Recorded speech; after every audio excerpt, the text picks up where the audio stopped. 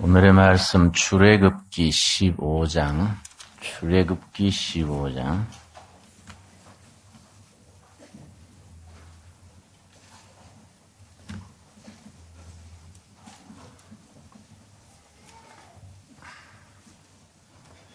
(22절로) (27절까지) 교독하겠습니다.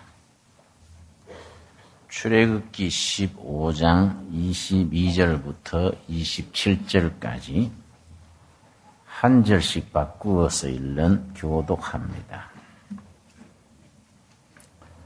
모세가 홍해에서 이스라엘을 인도하매 그들이 나와서 수르 광야로 들어가서 거기서 사흘 길을 걸었으나 물을 얻지 못하고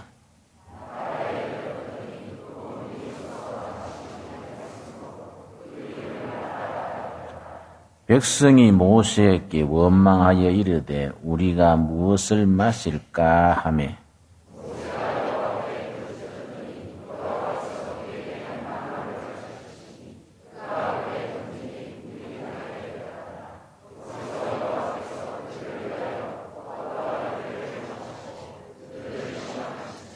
이르시되 너희가 너희 하나님 나 여호와의 말을 들어 순종하고 내가 보기에 의를 행하며 내 계명의 귀를 기울이며 내 모든 규례를 지키면 내가 애굽 사람에게 내린 모든 질병 중 하나도 너희에게 내리지 아니하리니 나는 너희를 치료하는 여호와임이라.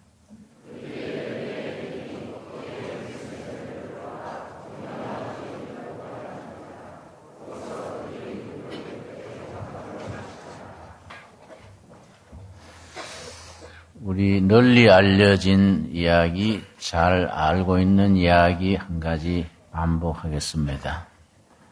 심리학자들이 상자를 2개 장만을 해서 쥐를 가지고 실험을 했습니다.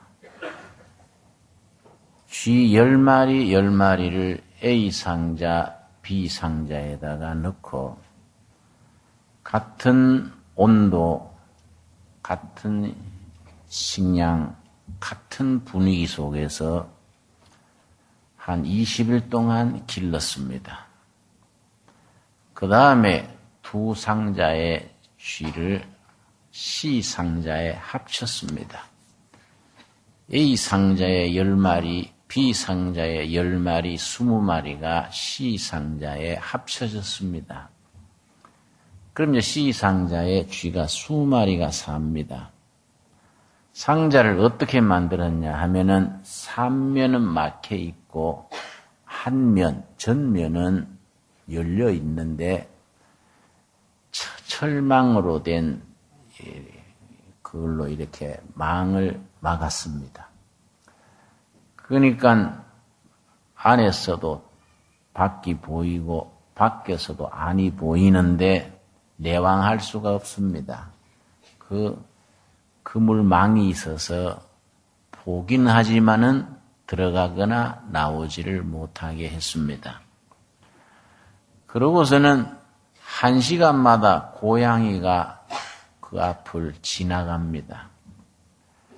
근데 고양이가 지나가다 보니까 거기에 말하자면은 우리식으로 말하면 부패가 차려져 있는 겁니다.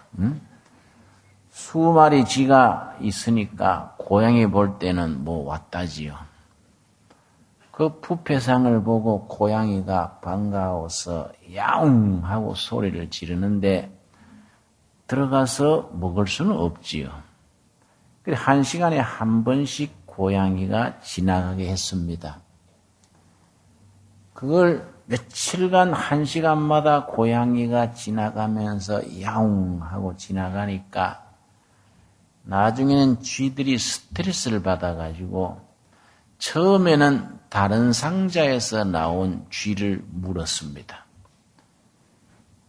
그거 계속 한 열을 계속 했더니 2번째는 다른 상자 출신, 자기 상자 출신 관계없이 가까이에 있는 쥐를 무차별로 물었습니다. 계속해서 고양이가 1시간마다 야옹하고 들여다보고 부르짖고 지나가는 것을 계속했더니 나중에는 고양이 쥐가 자기 몸이 상했습니다. 장출혈, 간이 굳어지는 그런 병, 혈압이 오르는 고혈압, 이런 식의 병들이 생겨서 자기 내장, 오장육부가 자기 속이 망가진 겁니다. 이게 뭘 말해주느냐 하면은 계속해서 스트레스를 받고 그 스트레스를 제때 풀지 못하면은 서로 다른 동네끼리 싸우게 됩니다. 더 계속 스트레스 받게 되면은 자기 가족, 가까운 사람들 서로 해치고 서로 상처 주고 다투게 됩니다. 그게 또 계속되면은 자기 속에 병이 생깁니다. 위장이 망가집니다. 혈압이 오르고 여러 가지 병 증세가 생깁니다. 쥐의 얘기지만은 사람의 경우도 같은 얘기입니다. 내가 오늘 그 얘기를 왜 새삼스럽게 하느냐 하면 우리 사회는 스트레스가 너무 많습니다. 자기가 스트레스를 너무 받기 때문에 이웃을 상처를 줍니다. 여러분, 부부 생활하는 분 중에 우리 교회 자매님 한 분이 구역장님이신데 나한테 상담을 하기를, 목사님, 우리 남편 요즘 큰 시험 들었어요. 때로는 이혼을 해야 될까 그런 생각도 합니다. 그러길래 아주 모범적인 부부입니다. 자녀가 둘이 있고 겉보기로는 아주 좋은 부부입니다. 남편이 성품이 나쁜 분도 아니에요. 교회도 열심히 섬깁니다. 그런데 그 부인이 그런 생각을 하기까지 남편한테 시달린 겁니다. 그래서 내가 어째서 그럽니까? 그랬더니 직장 갔다 오면 우리 남편 하는 일은 신경질 내는 것밖에 없어요. 뭐이 그리 못마땅한지 들어서면서부터 짜증내요. 그 내가 참 견디기가 힘듭니다. 나도 유지를 해야 되는데 남편이 집에서 짜증만 내니까 내가 감당하기 어렵습니다. 그래서 남편한테 뭐라 그랬습니까? 하니까 정글에 못마땅하면 따로 살자. 그렇게 얘기를 했습니다. 그게 남편이 뭐랍디까? 그러니까 당신 원하는 대로 해줄게. 그럽디다. 그 나한테 상담을 하는 겁니다. 그 나는 집사님 그렇게 서로 부딪히는 걸로 생각하지 말고 남편이 나한테 무슨 얘기했다, 신경질을 냈다, 짜증냈다 그래 생각하지 말고 돌려서 다른 면으로 생각을 해봅시다. 놈들은 모범가정, 모범집사들이라 하지 않습니까? 그게 뭔 필요 있습니까? 그래요. 집사님, 남편이 요새 직장에서 대단히 어려운가 봐요. 스트레스를 많이 받는가 봐요. 목사님, 그건 어떻게 아세요? 그래서 직장에 가서 아침부터 저녁까지 시달리면은 집에 들어올 때는 지쳐가지고 신경이 날카로워지고 짜증낼 수밖에 없습니다. 저는 직장 생활을 그렇게 안 해봤지만은 저도 그걸 아는 경험이 있습니다. 내가 옛날 대학 입시 공부할 때에 도시락을 2개 삽니다. 여러분들도 뭐 비슷한 경험들 있으시지요? 도시락을 2개 사가지고 도서실에 가서 아침부터 공부하고 점심 앉은 채 도시락 먹고 또 공부하다가 저녁에 도시락 먹고 밤늦게 들어옵니다. 그럼 밤늦게 들어올 때는요, 굉장히 짜증이 치밀어 오릅니다. 화가 머리 끝까지 오릅니다. 하루 종일 머리 쓰고 공부했기 때문에 우리 정신적인 한계가 있는 겁니다. 그럼 집에 오면 짜증내요. 집에 들어오면서 짜증 안 내야지.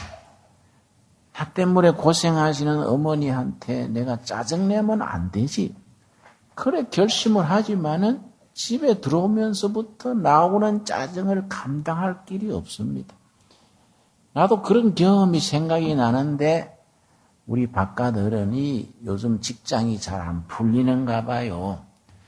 짜증이 나면은 집에 들어올 때 그나마 믿을 때는 집에 마누라 자식밖에 없기 때문에 그나마 믿음직스러워서 짜증내는 거이지 직장에서 그렇게 짜증내면 그 자리 견딜 수 있나요? 그러니까 돌려 생각해야 됩니다. 남편이 그나마 사랑하는 아내 마음 놓고 짜증낼 수 있는 가정이 있다는 것으로 그 남편이 유지가 되는 겁니다. 남편이 집에 와서 짜증 못 내게 하면은 남편이 나중에 어떻게 되는지 아십니까? 그랬더니 어떻게 되는데요? 그러길래 돌아버리지요. 돌아버리는 겁니다. 집에 와서 짜증 내므로써 그나마 정신위생이 유지가 되는 겁니다. 그랬더니 우리 구역장님 집사님이 가만히 생각하더니, 목사님, 나는 그래는 전혀 생각도 못 했네요. 그 말이 이해가 갑니다. 그럼 무조건 남편이 직장에서 올 때 짜증을 내든, 핏대를 올리든 다 받아줘야겠네요. 그래서 바로 그겁니다. 집사님, 내 단어를 하나 가르쳐 드릴 테니까 이어서 되풀이 하세요. 그 종이에 적어서 주방에다가 붙이세요. 그랬더니 무슨 단어인데요? 그래서 스폰지 마누라 써붙였어요. 스폰지 마누라. 응? 이 무슨 뜻입니까? 그래서 남편이 직장 갔다 와서 짜증을 내면은 스폰지가 물을 받아들여가지고 품고 있듯이 남편의 짜증 핏대 내는 걸 다 받아들여가지고 품으세요. 그래야 그 가정이 유지가 되고 앞으로 잘 풀리면 남편이 잘못했다고 사과할 겁니다. 일러줬습니다. 그 뒤에 그 집에 한번 신방을 갔더니 그 냉장고 뒤에다가 스폰지 마누라 붙여놨더라고요. 스폰지 마누라. 그래 내가 웃으면서 효과가 있습니까? 그랬더니 효과 100점입니다. 효과 100점. 내 목사님하고 얘기하고 난 뒤에 무조건 남편 들어오면서부터 당신 짜증내. 당신 괜찮아 짜증내. 응? 나는 당신의 스폰지니까 짜증내. 그랬더니 또 짜증내라 하니까 안 냅니다. 그래요. 예. 참 우리가 사람 사는 게 쉬운 게 아닙니다. 사람 현평생 사는 것이 쉽지 않습니다. 특별히 우리 사회는요. 스트레스가 너무 많은 사회입니다. 한국 사회 특징이 스트레스가 아주 덤태입니다. 덤태임. 스트레스가 많은 표시가 어디서 나는지 아십니까? 2007년에 우리나라 고소 고발 사건이 51만 몇천 건입니다. 고소 고발 사건이. 우리보다 인구가 3배 가까이 많은 일본은 2007년에 고소 고발 사건이 몇 건인지 아십니까? 2만 1000건입니다. 2만 1000 몇백 건입니다. 여러분, 인구가 3배가 많은 일본은 고소 고발이 2만 1000건이고 우리는 51만 여 건입니다. 그 이유가 뭐입니까, 여러분? 우리라고 날 때 고발장 갖고 나오는 거 아닙니다. 애 날 때 산부인과에서 고발장 갖고 나오는 애가 있습니까? 다 일본 애들이나 한국 애들이나 그냥 태어나지요. 빈손으로 태어나지요. 그런데 우리 사회는 그렇게 고소 고발건이 많습니다. 그게 뭘 표합니까? 서로 눌리고 스트레스 받고 서로 괴롭히고 서로 내가 받은 상처, 내가 받은 아픔을 내 혼자 새기지를 못하고 상대방에게 내뿜는 겁니다. 그래서 부부 싸움이 나고 애들도 발길로 걷어차고 그런데 이걸 고치는 기관이 교육기관, 학교와 교회입니다. 학교와 교회. 종교와 교육이 이런 것을 걸러줘야 되는데 이 교육이요. 애들 스트레스를 더 줘버립니다. 학교에서 입시 때문에 얼마나 스트레스를 받습니까? 어린 애들을 학원을 보내가지고 세상에 초등학생이 학원을 몇 군데씩 다니고 초등학생이 학원에 나갈 이유가 뭐 있습니까, 여러분? 그러고 또 중학생 때부터 그렇게 시험 점수 때문에 스트레스를 받습니다. 여러분, 고3 수능 시험을 쳤지요? 수능 시험 끝난 뒤에 애들이요, 아주 책을 들여다보기도 싫어합니다. 책 때문에 너무 스트레스를 받아가지고, 그걸 고3병 그런다, 고3병.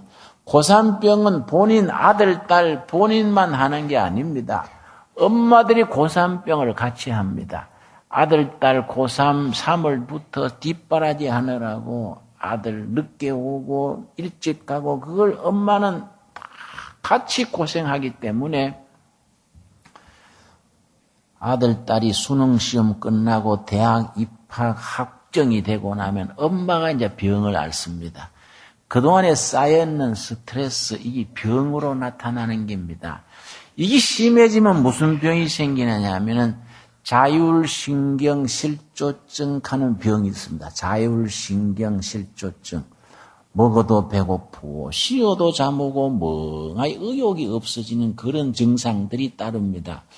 내가 그런 증상을 언제 해봤느냐 하면은 내가 30대 30살 때 청계천 빈민촌에 들어갔는데 너무 그 빈민들하고 살면서 스트레스를 많이 받았습니다. 너무 어렵고 힘들고 심해가지고 빈민촌에서 한 6, 7년 살고 나니까요. 내가 망가진 겁니다. 내가 망가져가지고 먹어도 배고프고 잠자도 잠이 오고 쉬어도 안 쉬어지고 내 자신을 감당을 못해요. 자고 나면은 식은땀이 줄줄 나고요. 설교 20분 하는 것도 힘이 들어가지고 설교 20분 하고 나면은 뒷방에 골방에 들어가서 혼자서 2시간 동안 누워서 쉬고 했습니다. 그래서 병원에 갔더니 다 진찰해보고 물어보더니 의사 선생님이 자율신경실조증이라 그래요. 그래서 이건 어떻게 해야 됩니까? 뭐 그래 어려운 병입니까? 그랬더니 쉬어야 되지요. 푹 쉬면 됩니다. 1년 정도 아무것도 하지 말고 쉬십시오. 그래 내가 그건 나한테 죽으라는 기지 어떻게 일하던 일꾼이 그렇게 쉴 수 있습니까? 그랬더니 의사 선생님이 글쎄요 지금처럼 계속 나가면은 망가져 버립니다. 그런 얘기를 해줬는데 참 나중 생각해 보니까 은혜인 게요. 그때 감옥을 갔습니다. 감옥 가가지고 독방에다가 넣어줬지요. 다른 사람들은 징역살이 힘든다고 밤에 자다 일어나서 울고 우리 정치범들 그랬습니다. 나는요 호텔이요 호텔. 예. 법무부 공무원이 보초서 주지요. 때를 따라 밥 탁탁 주지요. 시간대만 깨워주지요. 외부 전화 일체사절이고 면회도 한 달에 한 번만 시키고 스트레스 받을 것도 없고 정부가 그것도 15년 보증을 해주니까요. 이거 뭐 스트레스가 어디 있습니까? 스트레스가. 그걸 내가 2년 가까이 살고 나니까요. 아주 팔팔해져 나왔습니다. 그래서 여러분 혹시 그 비슷한 증상이 있으면 처방이 있습니다. 지역 가세요. 지역 가면 확 풀립니다. 그러나 지역도 보기 시작하지 아무나 못 가니까 골방에서 하나님 만나는 겁니다. 하나님 붙들고 기도하고 응답받고 우리 영혼이 자유함을 얻는 거이지요. 그걸 예수님이 어떻게 표현했냐면은 예수님께서 그걸 초청을 했습니다. 그런 증세가 있는 과도한 스트레스, 억압, 그래서 짜증나고 신경질 나고 지쳐서 자기가 자기를 감당하지 못하는 사람을 예수님이 뭐라고 처방을 내리셨냐면은 마태복음 11장 28절입니다. 마태복음 11장 28절. 성경 전체를 대표할 수 있는 말씀이 마태복음 11장 28절입니다. 우리가 말하는 복음이죠, 복음. 복음을 다른 말로 표현을 하면은 마태복음 11장 28절입니다. 여러분 뭐 새삼스럽게 찾을 것 없어요. 아예 암송하고 있어야 됩니다. 수고하고 무거운 짐진 자들아 다 내게로 오라. 내가 너희를 뭡니까? 쉬게 하리라. 여러분 나랑 따라 합시다. 수고하고 무거운 짐진 자들아 다 내게로 오라. 내가 너희를 뭡니까? 쉬게 하리라. 예수님 아래 우리 영혼과 몸에 안식이 있습니다. 예수님 안에 안식, 쉼이 있습니다. 예수님 밖에 가정에도, 학교에도, 직장에도, 정치계에도, 경제계에도 스트레스로 차 있습니다. 그러나 예수님 안에 안식이 있습니다. 예수님 안에 쉼이 있습니다. 우리 사회가 그런 스트레스를 감당을 못해가지고 서로 고소하고 고발하고 그래서 51만 여건이 그 말이 됩니까? 거기에 상처받은 분들이 너무 많습니다. 한 분은 30대, 37세쯤 된 아주 참 팔등신으로 잘생긴 부인인데 명문대학 출신입니다. 나하고 이 얘기를 하다가 목사님, 저는 항상 입안이 헐어 있습니다. 입안이 계속 헐어 있습니다. 그래 내가 깜짝 놀래가지고 어이구 부인같이 귀한 분이 뭐 입안이 왜 그렇습니까? 그래서 내가 속으로 그 나이쯤 되면 남편들이 속색이거든요. 여러분 알고 계시지요? 남편의 특기가 속색이는 겁니다. 여러분 알고 계셔야 됩니다. 그건 아예 기본입니다. 기본. 속색이지 않는 남편이 있다면 천년기념물입니다. 그건 아주 남편의 특기가 속색이는 걸로 알고 있어야 되는데 그래서 내가 혹시 남편이 바람을 피우나요? 아닙니다. 우리 남편은 아주 효자입니다. 내가 낌새가 이상한 겁니다. 그 말이 왜 효자 소리가 나오나? 그 효자 나올 자리가 아니거든요. 그래서 시부모님을 모시고 계세요. 그랬더니 예, 시어머님을 모시고 있습니다. 그래서 그러면 시어머님과 며느리 사이가 안 좋구만요. 그랬더니 목사님 쪽집게네요. 그래서 내가 뭐 쪽집게 무당이나 쪽집게 목사가 아니고 내가 지금 하신 말씀 속에 그게 들어있는 거이지요. 괜히 효자 소리 안 나올 때 효자 나오는 게 이상하지요. 자기 속에 있는 말을 점잖게 교양 있게 하느라고 다른 말로 표현하는 거이지요. 그랬더니 예 그렇습니다. 참 시어머님하고 나 사이에 참 내가 참아오느라고 이렇게 병이 생겼다는 겁니다. 그 시어머니 해도 너무하더라고요. 남편이 유복자예요, 유복자. 남편을 임신했을 때 아이를 임신했을 때 남편이 죽은 겁니다. 그러니까 유복자라 그러지요. 그래서 혼자서 아들을 키웠습니다. 그러니까 얼마나 귀한 아들입니까? 결혼을 시켰는데 다 찬성했는데 시어머니가요. 신혼생활에 남편 아내 사이에 시어머니가 와서 눕는 거예요.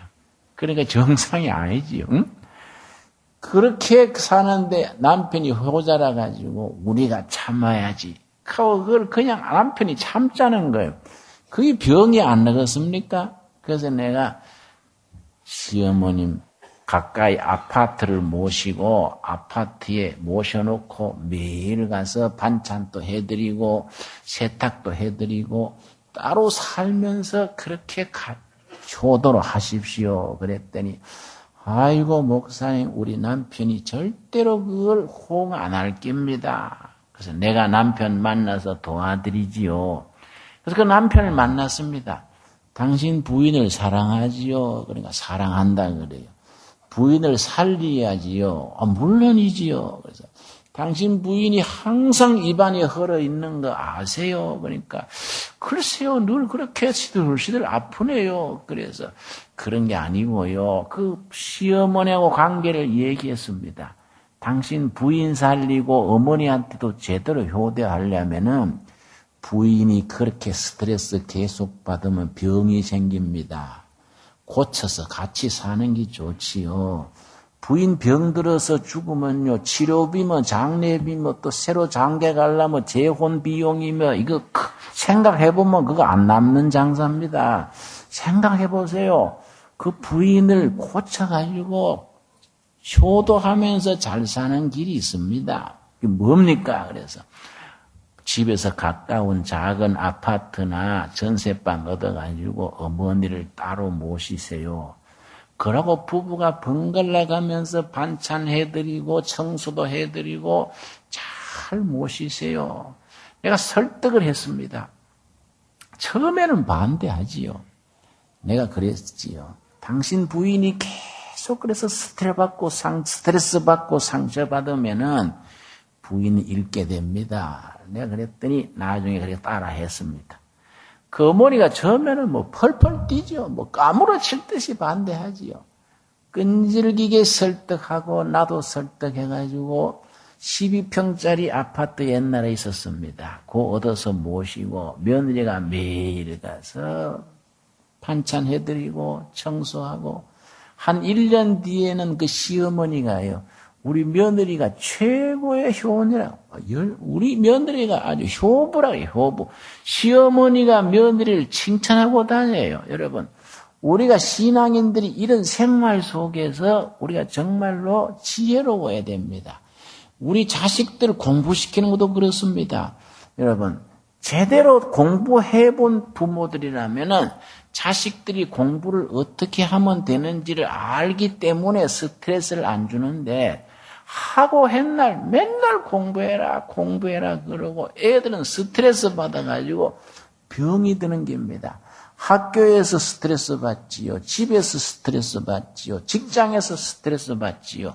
우리 국민들이 그래서 이게 폭발되는 것이 고소, 고발 사건이 많고 서로 간에 부딪히고 갈등하고 여러분 요즘 내가 신문을 잘 안 봅니다. 왜냐? 신문 보면 아주 속이 편치를 않아요.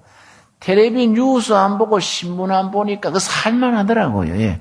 아이고 그 시간에 성경 한 절 더 보자. 그러니까 신문 볼 시간에 텔레비 뉴스 볼 시간에 성경 보고 기도하는 것이 아주 재미가 쏠쏠해요. 여러분. 우리가 너무 이 사회가 스트레스가 많으니까 그것 때문에 상대방에게 그걸 폭발을 하는 겁니다. 여러분, 내가 청계천에 있을 때 지금도 우리 둘의 어린이 유치원이 유명하지요. 우리 둘의 유치원이 아마 구리시에서 제일인가 봐요. 서로 둘의 유치원에 들어오려고 막 경쟁입니다. 근데 내가 맨 처음 유치원을 청계천에서 시작할 때 내가 그 계기가 있습니다.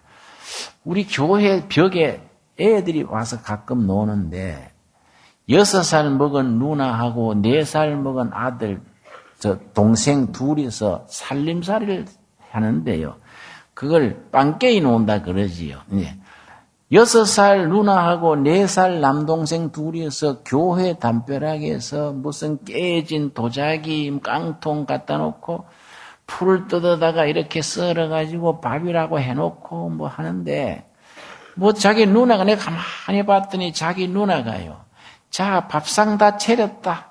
네가 밖에 나가서 아버지처럼 오너라. 그러니까 4살차가 밖에 나가더니 떡 들으면서 비틀비틀 걷더라고요. 그래서 제가 왜 저러나 그랬더니 그 옆에 오더니 챈다 이러고 들어오니까 그 누나가요. 또 한 장 걸쳤네. 또 한 장 걸쳤네. 그러니까 어따 잔소리야 하고 발로 자기 누나가 채려놓는 그 깡통에 담긴 밥그릇을 툭 차버리니까 그 누나가요. 날 잡으라. 내가 깜짝 놀랐습니다. 딱 저거 아버지 저거머니 하는 것을 그대로 복습하는 거예요. 그대로. 그러니까 이야 큰일 났다. 저 6살 때 4살 때 날 잡으라 하고 삐딱거린 것만 저렇게 흉내내고 크면은 제가 28살, 38살 되면 어떻게 되겠냐. 그대로 몸에 입력된 대로 되풀이할 거 아니겠습니까? 이거 애들 교육은 교회에서 맡아줘야 되겠다. 그래서 거기에다가 어린이집을, 백꽃 어린이집을 했습니다. 백꽃이 왜 백꽃이냐면 이화여대 유아교육과를 찾아가가지고 빈민촌에 이러니 어린이집을 봉사로 좀 해주시오. 그러니까 이화여대 유아교육과에서 와가지고 어린이집을 했다고. 이화여대가 백꽃 있지 않습니까? 백꽃 어린이집 시작을 한 겁니다. 그러니까 동네 애들이 서로 들으려고 경쟁을 하니까 도저히 다 못 받아서 조금 떨어진 곳에 또 숙명여대에 찾아가가지고 숙명여대 해주시오. 그 숙명여대는 꽃이 장미꽃인가 봐요. 그 장미 어린이집 숙명여대에서 한 겁니다.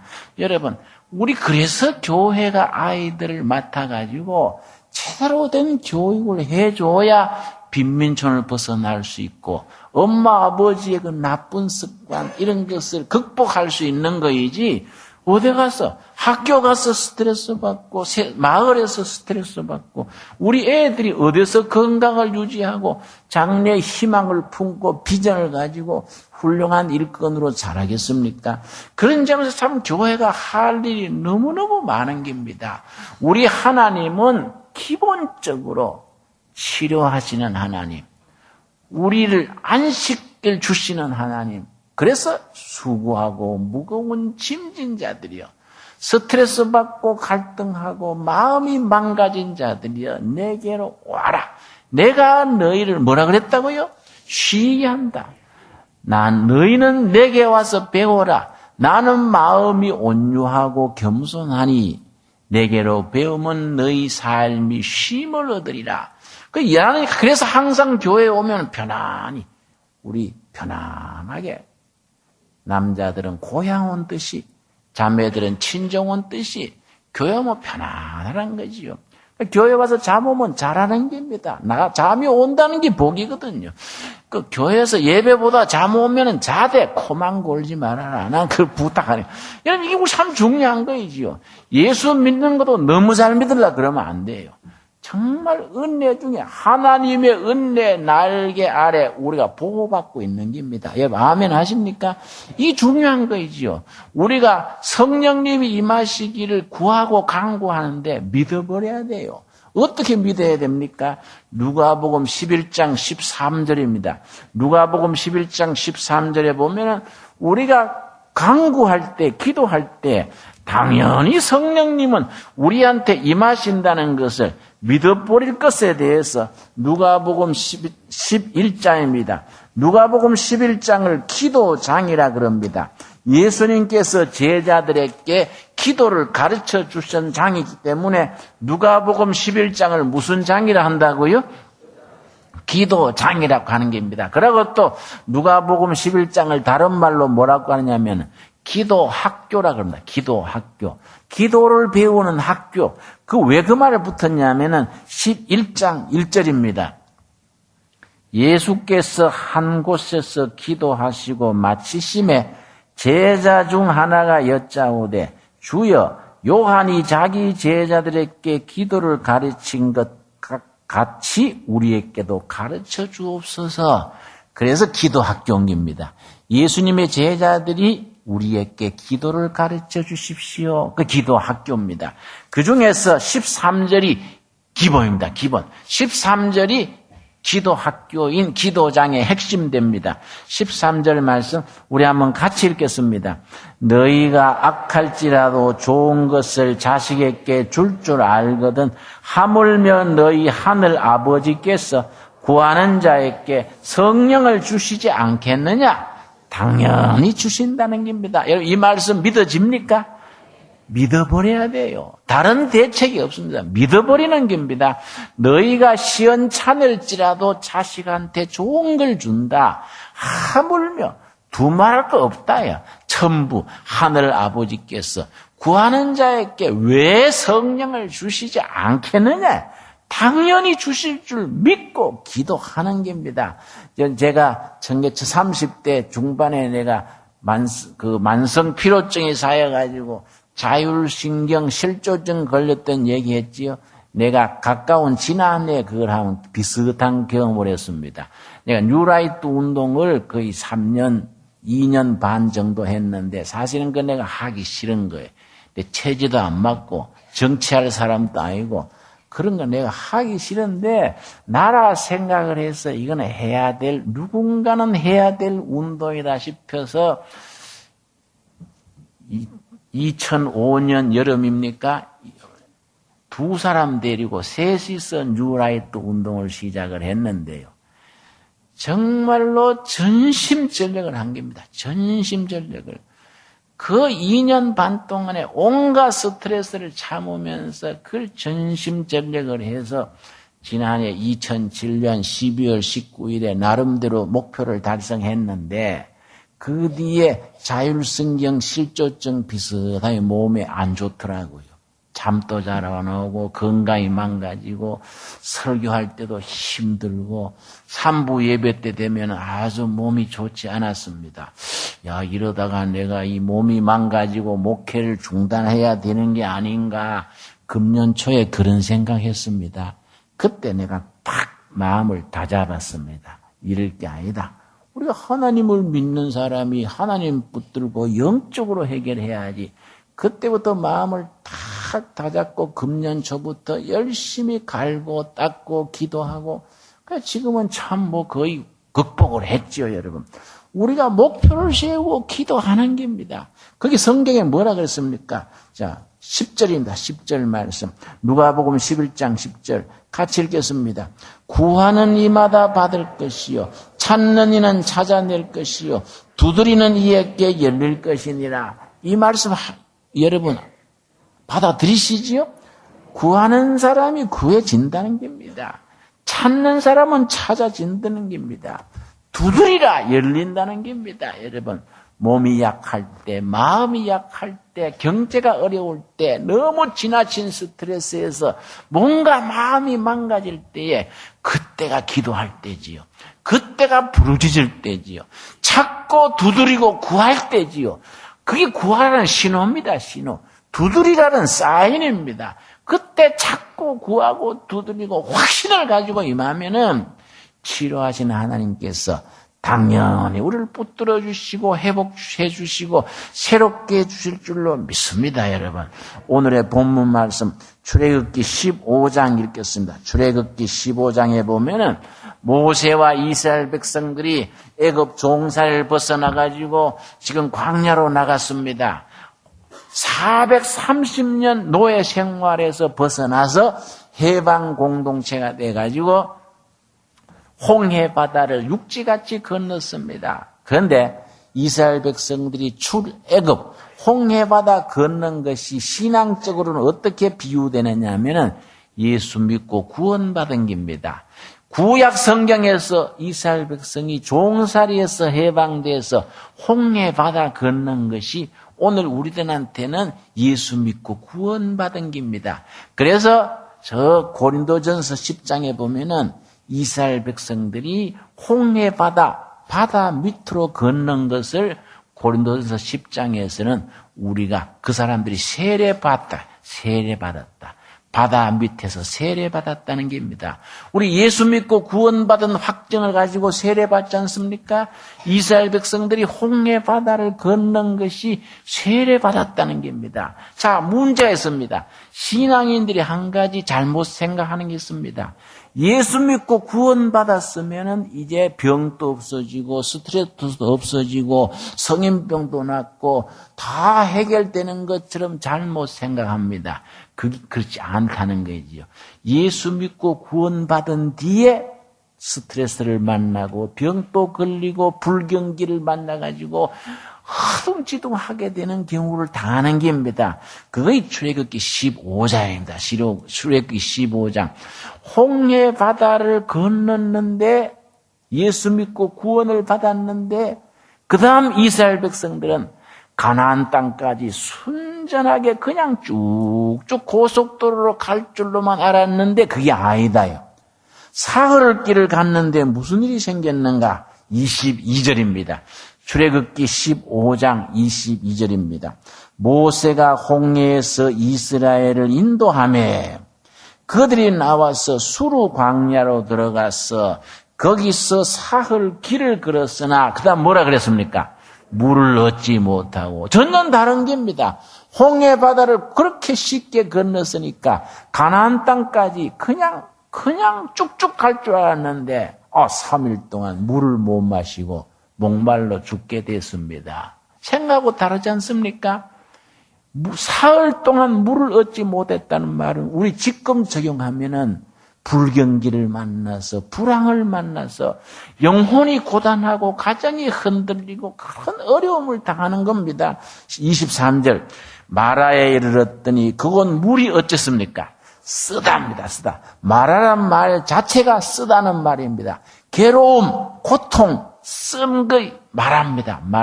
마라에 이르렀더니 그곳 물이 써서 마시지 못하겠으므로 그곳 이름을 마라라 하였더라. 그럼 백성들이 어떻게 되겠습니까?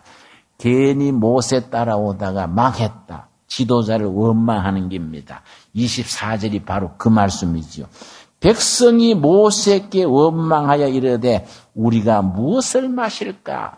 뭐 가나안 복지 그러더니 젖과 꿀이 흐른다더니 물도 없어져 목말라 죽는다고 원망하고 그렇게 하는 겁니다. 25절 말씀. 모세가 여호와께 뭐라 그랬습니까?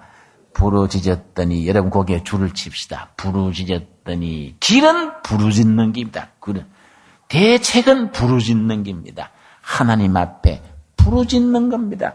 모세가 여호와께 부르짖었더니 여호와께서 그에게 한 나무를 가르치시니 이름 없는 나무입니다. 이름이 적혀있지를 않습니다. 그가 물에 던지니 물이 달게 되었더라. 마라 물이 해독이 돼가지고 마실 물로 단물로 바뀌었습니다. 거기서 여호와께서 그들을 위하여 법도와 율례를 정하시고 한 우물가에 마라 우물가에 나무 가지를 하나님이 보여주셨는데 그걸 잘라서 물에 던졌더니 물이 도끼가 오염된 물이 해독돼 버리고 좋은 물로 바뀐 겁니다. 지금 식물학자들이 제약회사들이 지금 또 그 시나이 반도에 그 나무를 찾고 있습니다. 지금도 찾고 있습니다. 그 나무 찾아내가지고 성분을 뽑아서 약을 만들면은 크게 성공할 끼다. 그래서 시나이 반도에 지금 식물학자들이 계속 찾는 겁니다. 그게 뭔 나무일까? 성경 이름도 안 적혀 있는 그 나무가 무슨 나무일까? 그걸 잘라가지고 물에 던졌더니 마라 물이 정말 단물로 바뀌었습니다. 그 다음에 중요한 건 26절입니다. 우리가 여호와께 부르짖으면은 지금 또 마라 같은 우리 삶이 이 아픔과 스트레스와 불경기와 고난이 하나님으로부터 치료를 받게 됩니다. 26절이 그 결론입니다. 이르시되 너희 하나님 나 여호와의 말을 듣고 뭐하면 순종하고 하나님 말씀에 순종하고 내가 보기에 의를 행하며 내 계명의 귀를 기울이며 내 모든 규례를 지키면 이걸 조건부 축복입니다. 순종하고 지키면 내가 애굽 사람에게 내린 모든 질병 중 하나도 너에게 내리지 아니하리니 고단 같이 읽겠습니다. 나는 너희를 치료하는 하나님, 나는 너희를 치료하는 하나님, 치료하시는 하나님 야훼 라파입니다. 라파가 힐링입니다. 히브리어의 라파가 영어의 힐링, 치료하시는 여호와 야훼 라파, 치료하시는 하나님. 우리는 치료하시는 하나님을 우리 주인으로 믿습니다. 우리가 답답할 때, 어려울 때, 우리 미칠 것 같이 그렇게 어려운 중에 빠졌을 때에 무릎을 꿇고 치료하시는 하나님께 부르짖는 길이 열려 있습니다.